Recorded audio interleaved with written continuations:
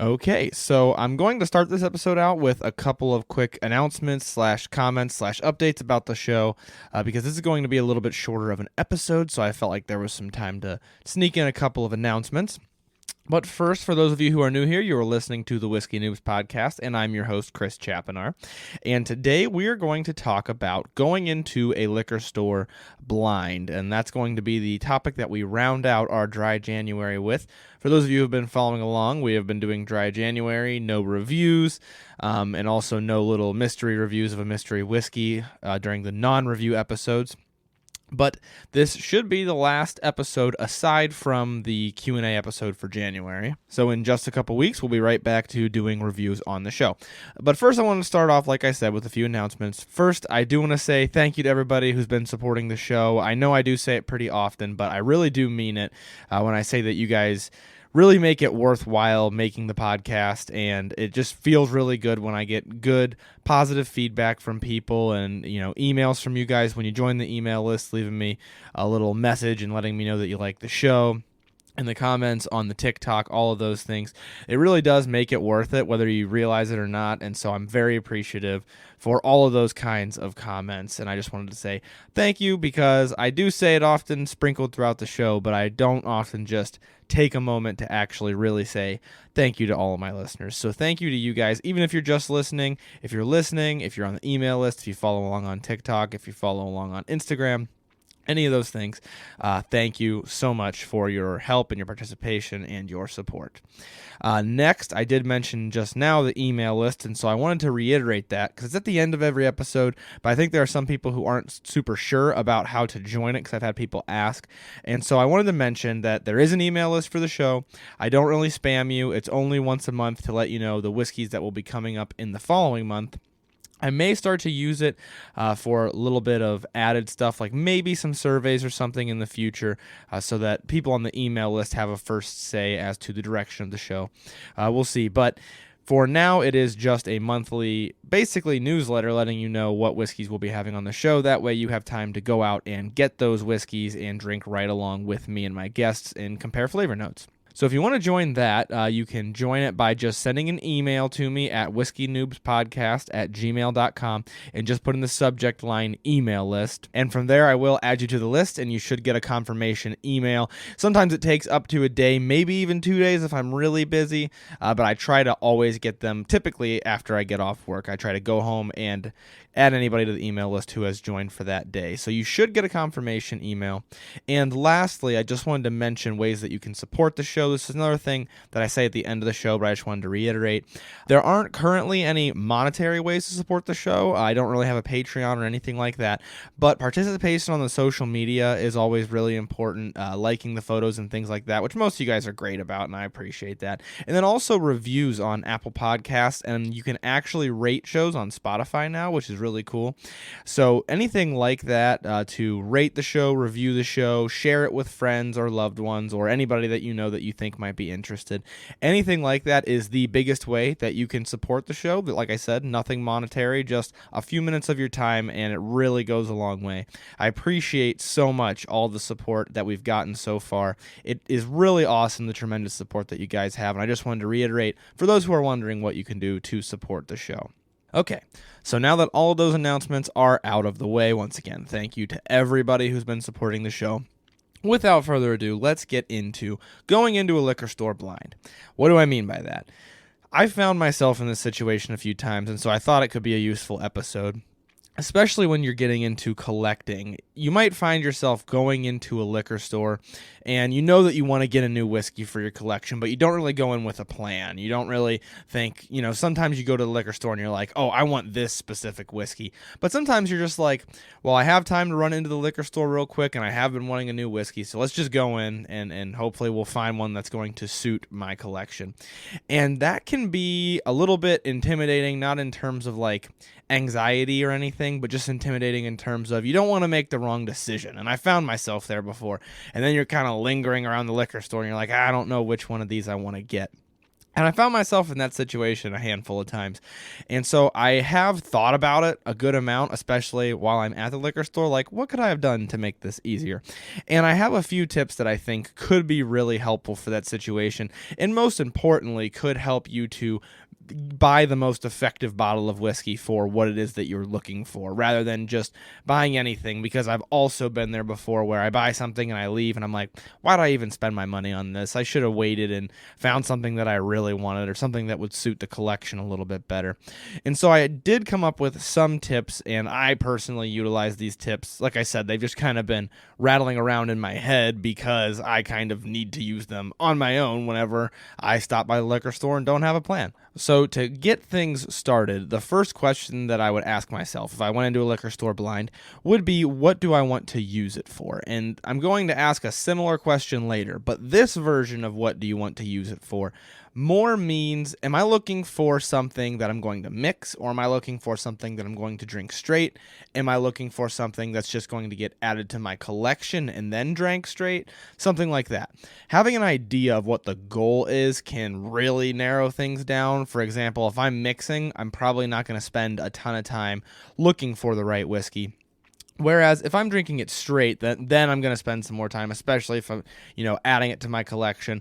Or maybe I'm drinking it straight, like with somebody, like I know that somebody's coming over who likes whiskey and I want to have whiskey there for them, something like that. So knowing the purpose can really narrow that down a bit. Like I said, if it's for mixing, then it might be really quick. It might be like, I have no idea, I'm just going to pick a cheap one. Or it could be, hey, I've heard of this one, so I'm going to pick that. Something like that. So that is the most general tip that I can give. Now, the next tip would be, I think, a little bit obvious, but it's worth mentioning, and that's just having a short list. A short list of whiskeys, and it's important. I call it the short list on purpose because for a while I just had a super long list, and that's about the equivalent of walking into a liquor store blind. You're like, oh, well, I have 40 to choose from on my list, so which one am I even going to pick? So a short list is a little bit better, and you can keep it and keep updating it. So you can put, like, let's say 5 whiskeys on a list, and you can either do this on your phone or just have it mentally. Maybe it's like your top 3 that you want right now. And keep it mentally, but I recommend putting it somewhere that it's written down, like on a phone. And then you can keep updating it. You can look at it like once a week and be like, do I still really want to try that one? Or did I just see a really cool ad for it and now I don't want it anymore? Stuff like that. And then updating that list. And then that really, really narrows it down when you go into the store. And I don't put anything like super rare on my short list because typically, if there's something really rare, I already know that I'm going to want it if I find it. And then also, if you're going into a liquor store blind and it's something super rare, there's a good chance that the liquor store is not going to have it. So I keep a short list of slightly common things that I really want. A good example is right now I don't have any Elijah Craig, and I know that I want Elijah Craig. I also talk a lot about Maker's Mark 46, and I haven't had that for a while, so that's also on my short list. Things like that. That you think will be pretty easy to find can be good whiskeys to have in mind when you go into the liquor store blind. But I feel like that's pretty obvious, and I feel like a lot of people have a list, even if it's not short, they have a list in mind or on their phone already. So I want to talk more about, you're in there and you're totally blind. Like maybe there's nothing that you really are dying to buy yet. Maybe you have a list, but you're like, well, I don't really want to buy any of these right now. Maybe I want to veer off course, buy something that's not according to plan. Just see what the liquor store has and come up with something. And I find myself in that situation. Like I said, I do this a lot, as you are probably going to realize over the course of this episode. Because sometimes you get a list and you look at it so many times that you're like, man, now I don't even really want this as much anymore. So then you're sitting there and you're like, I don't really want anything on this list too much. I'm not as interested in it, at least in this very moment. So now what am I going to buy? I don't want to just waste my money on something. So one thing that I always look for are something that's just unique. Maybe I haven't seen it at other liquor stores. I haven't noticed it before. Or with that unique, I would also say local, something that's local that you haven't really seen before, maybe you don't see often, or maybe it's just so local that you're like, wow, I really want to try that. For example, I'm from Ohio, the northeast kind of part of Ohio, and there are a couple different Cleveland bourbons that sometimes if I can't think of anything to buy, those are on my short list of maybe I should just buy those. They're not something that I really want to do a review of for the show. They're not super widespread because they're local. And so I think, well, if I don't know what I want to get, maybe those are one of the things that I'll get. Local things or unique things, maybe it's just got a cool label on it or something. And the thing with the cool label is then it's on your shelf if you're adding it to your collection, and at least it's a conversation piece, even if you don't like it very much. But there are more specific tips that I think really serve your collection better, or if you're not collecting, really serve the purpose of your hobby of whiskey drinking a little bit better. And what I mean is, even if you don't have a collection on your wall, maybe you buy one nice bottle, you drink that bottle, and then you buy a different nice bottle. That's totally okay, because that's what I did for the longest time. And you can still benefit your experience with a few different tips that I have. The first tip that I have for this is understanding your favorite palate. This comes in handy in a lot of situations, not just at the liquor store blind, but also being at the bar blind. And if you want a glass of whiskey at the bar, usually your options are a lot more limited than a liquor store. So this is very helpful to understand what type of palate you prefer. I actually just recently posted a TikTok about how you can think a whiskey is a good whiskey, but not like the way that it tastes. And what I mean by that is there can be a whiskey that is a really good whiskey, but it's not your palate. And so understanding your palate can help you to pick out a whiskey that you're going to enjoy. I know personally, I really like wheated bourbons if I'm looking in the bourbon category. I don't have more specific tastes in Scotch or in Irish quite yet because I haven't tried enough of a variety yet. So I know going into the liquor store, if I want to try something new, then maybe I need to develop the Scotch or the Irish. But if I want to try something that's tried and true, but maybe I haven't had this specific brand before, okay, I'll look for a wheated bourbon. That's the type of thing that you can do so that you can get something that's going to satisfy you or going to help you learn more about your palate. So that's kind of the two routes that you can take, is either satisfying the palate that you know you have and you know you enjoy, or expanding the palate. And that's my next tip, is understanding the palates that you have already had, and more importantly, understanding the palates that you have not already had. So maybe you know for sure you like wheated bourbons like me, but you haven't really had a high rye bourbon. Or maybe you know that you like bourbon and you really want to expand your palate to all categories, but you know that Irish is something you've had the least of, or specifically like single pot still Irish. Then you can expand that category by buying something from that category.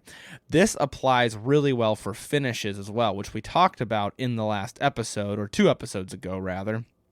I talked about finishes and how you can have different types of barrels or casks that you finish your whiskey in.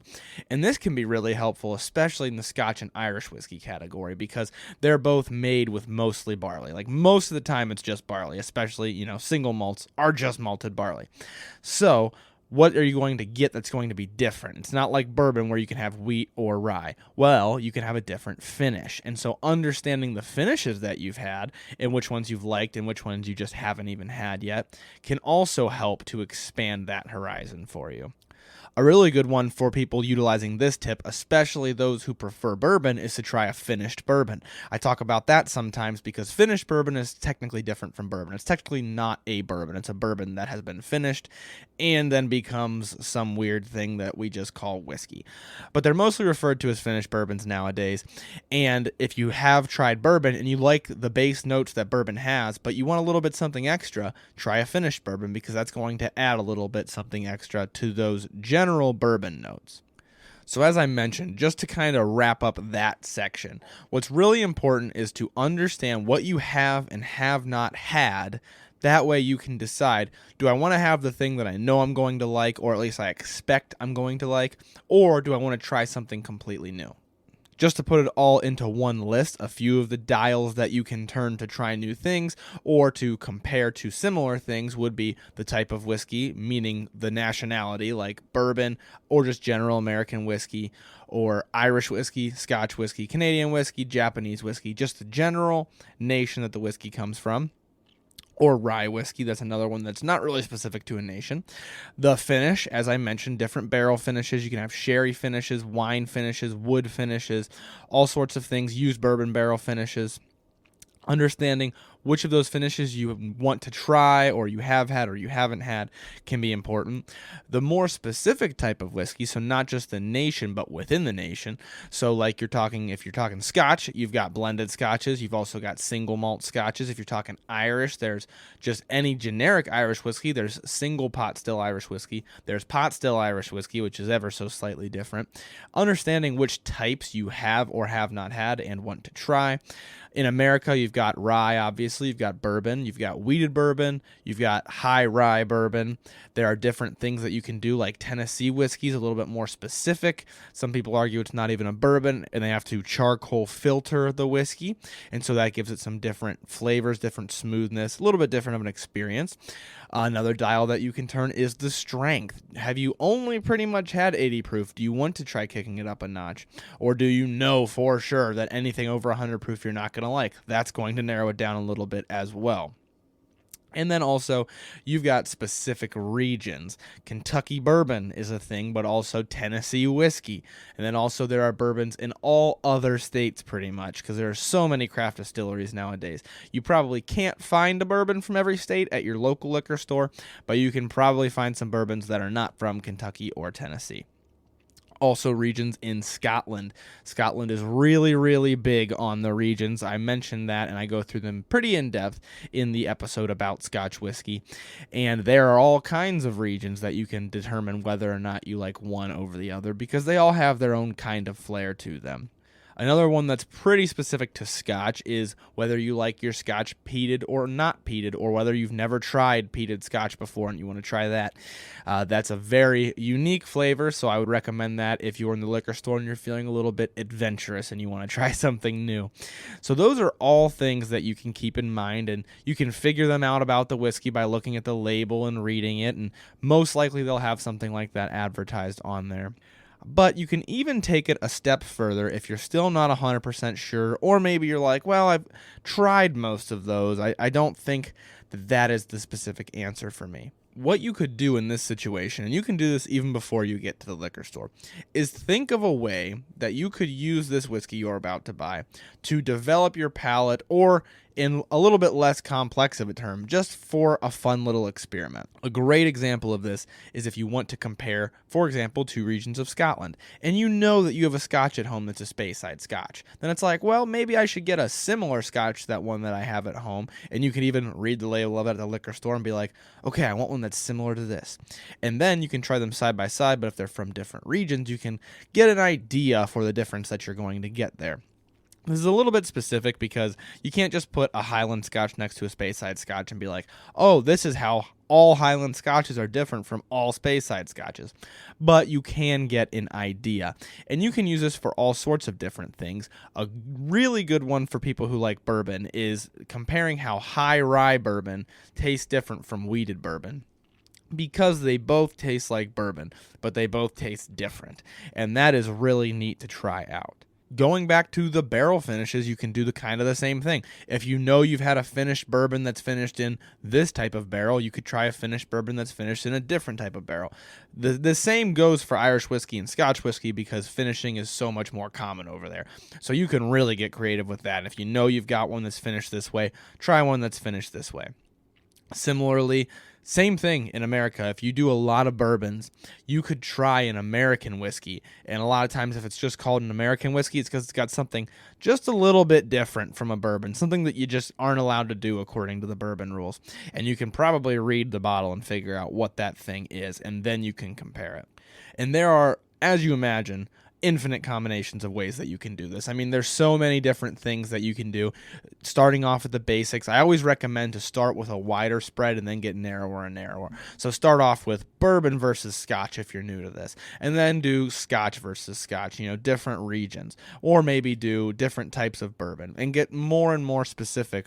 And that is going to help refine your palate, probably more than most things that you can do to refine your palate. This helps me the absolute most. Like I've always mentioned, it's my favorite trick for developing your palate is comparing two things.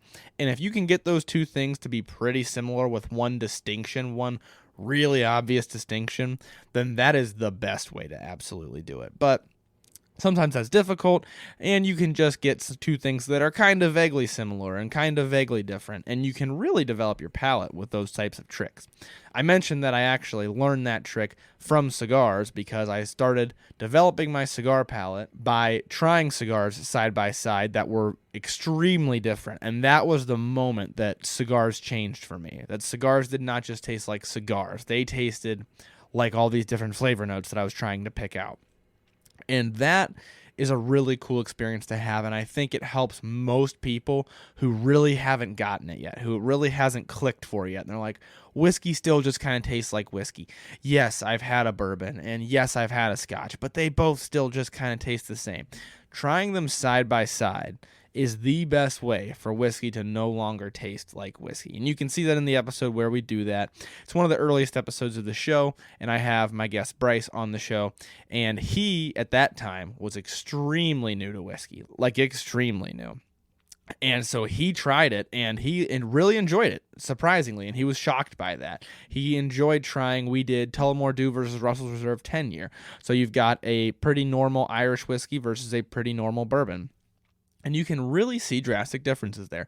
That, as I said, is to this day my favorite trick for developing your palate. I think it is the absolute best way to develop your palate.